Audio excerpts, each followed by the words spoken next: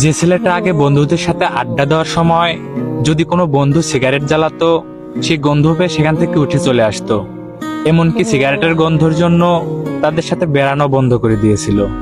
আর সেই ছেলেটার জীবনেই তুমি আসলে, নিঃস্বার্থভাবে ভালোবাসলো তোমাকে, শুধু একটু ভালো থাকার জন্য।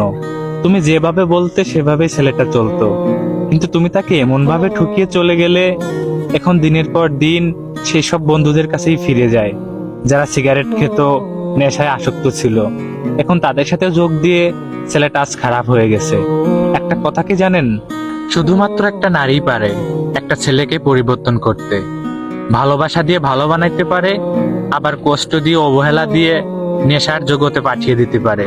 এতটা খারাপ বানাইতে পারে যেন দুনিয়ার বুকে ছেলেটার বেঁচে থাকাই কঠিন হয়ে যায়।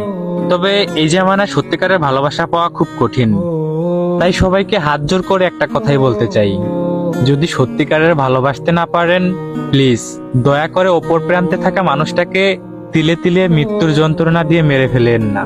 কারণ আপনি যদি তার জায়গায় থাকতেন তাহলে বুঝতেন কষ্টটা কি ভয়ঙ্কর জিনিস।